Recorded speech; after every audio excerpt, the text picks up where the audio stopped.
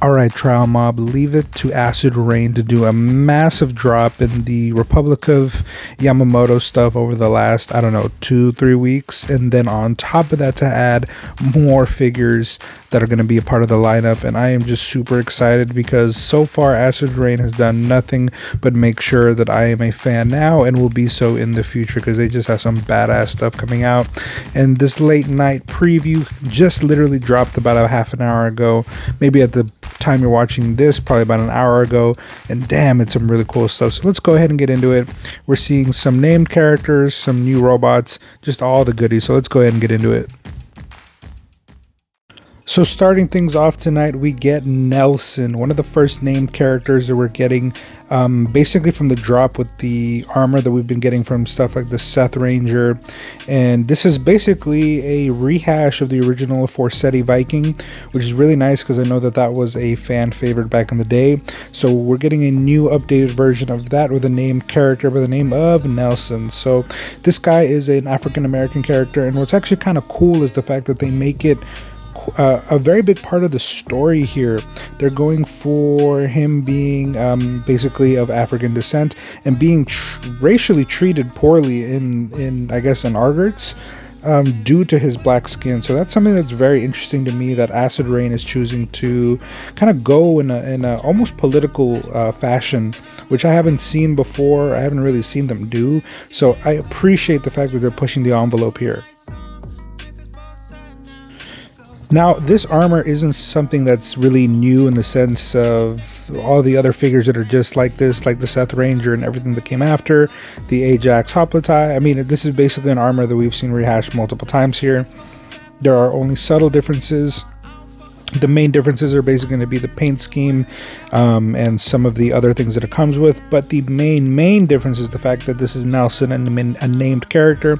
So we get a new head that comes with him from the jump, and I believe he's got a cigar in his mouth, and that is just the way that he looks perpetually. So if you don't like that, that might be an issue, but if you do like that, well, that is something that's going to be on there from the jump, and you won't be able to take it off unless of course you put in a helmet on him. And he does come with his hat, and it does look pretty good. I'm really liking what they're doing here to make this character very refreshed. Yeah, it's a buck that we've seen plenty of times, but it's nice.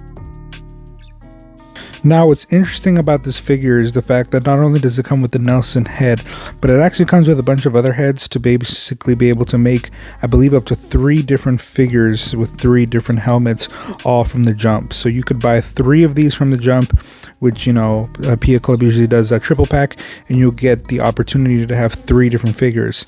Nelson, and technically you could say 4 if you want to go for the unhelmeted regular versions that we've seen before, the unhelmeted heads that everything basically has. But I think that has a lot of modularity to it, and it's kind of nice because you can have a named character, and then you already know for a fact that you can make a non-named character right next to it. And as you can tell, I believe we've seen that head before on this one right here. I don't quite remember whose head that is, but the other one is a skull helmet that we have seen before. So again, that's really cool that it already comes with all of that packaged in. Now here you can see all of the helmets that he comes with at the bottom. So the hat, the helmet on the left, the skull helmet on the right. It's really cool. Again, we have seen this before, but just seeing it a new color and a different light, I mean, that's really cool overall. I really appreciate what they've gotten out of here. And then obviously, as you can tell, new Laurels. Obviously, everyone's going to be scrambling for this one as they come out. And it's based on the Revenant Laurel, which for me is the best looking Laurel so far. Now, as you can tell, watching all 3 of them together, this just looks absolutely badass, and I would love to see, and to be honest, this might be the first one I buy 3 of, because I've only bought 1 each time, but because this is a named character, I might have to at least get 2, but this looks really badass, and you can sort of see it in some of the photos, but the original Forseti basically had a lot of white dots on it to show that he was a snow figure, basically, and here we have the same stuff on these guys, a lot of little white dots. I don't even want to call them just dots, but little splotches all throughout that are supposed to signify that, again, these guys are supposed to be snow warriors. They fight in snowy conditions up in the mountains, and I think that's a really nice touch compared to a lot of the usual Acid Rain kind of grime that we see in a lot of these figures. All right, while not heavily confirmed, obviously just yet, because we've just gotten 2 drops. As you can tell, this Forseti stuff, or I guess it's not called Forseti stuff, I believe they're called Tritan. Well, that's going to be sort of the next wave of figures that we're going to be getting. So as you can tell, we have a flea in the background, and we have some kind of camel bot on the right that looks a lot like something I would expect actually from the Republic of Yamamoto. You can't see the head on this one, but I'll show you soon some of the other stuff. But again, this just looks really badass, and it's basically a new faction for the Argot's army, which I love. Now switching over to the second release of tonight, it's going to be the Snowcrusher Laurel, based on the Revenant Laurel, and as you can tell, it has a lot of the same beats. The only big difference that I'm seeing here is obviously the color choices, and then some of the equipment. It'll come with 1 shield less, 1 gun less, and then on top of that, the left arm is actually going to be what looks like a non-detachable gun, though I imagine the entire arm is going to detach, which is fine, but I mean, it's not like you can remove that one to put a regular hand on it. That's just the way it comes. So that's cool. It's something that's definitely different, and I appreciate some of that.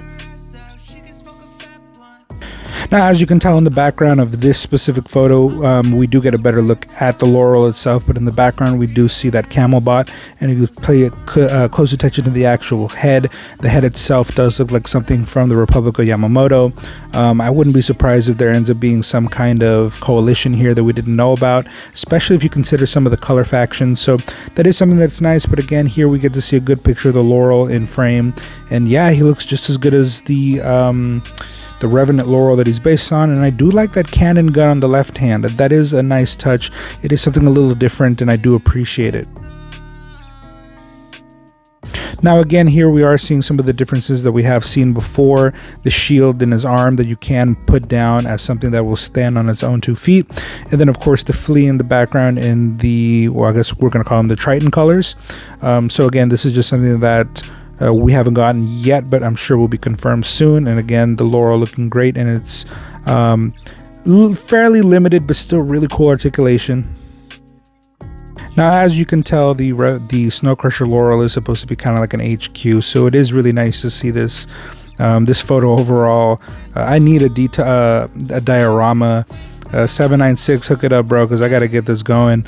But yeah, this is some really cool stuff that we're seeing here, and again, seeing the new army, one that seems like it's very specialized, basically another version of the stealth team, is really badass. Now this shot right here is the money shot, man. Just having all these figures together, back to back, fighting what would be a big front right here. And that's really dope. Both the Laurels, whatever it is that's on the right, whatever that's going to be called for the camel bot, Nelson, and then I don't think they've given us a name. Is this supposed to be the Forseti? But man, this is just going to be a really badass set. I'm highly excited for this, and I'm curious to know which one is your set. Is there anything you're hoping that they're going to come out with? Obviously, we're only seeing a few things here. We'll probably get more units in the future. Is there a unit you're hoping for? And with the return of basically an updated Forseti figure, do you hope to see any other older Acid Rain stuff brought into the new world with the new bucks? Let me know what you guys are expecting. Let me know what you guys want to see in the future. But until then, I will see you guys on the next episode. Deuces.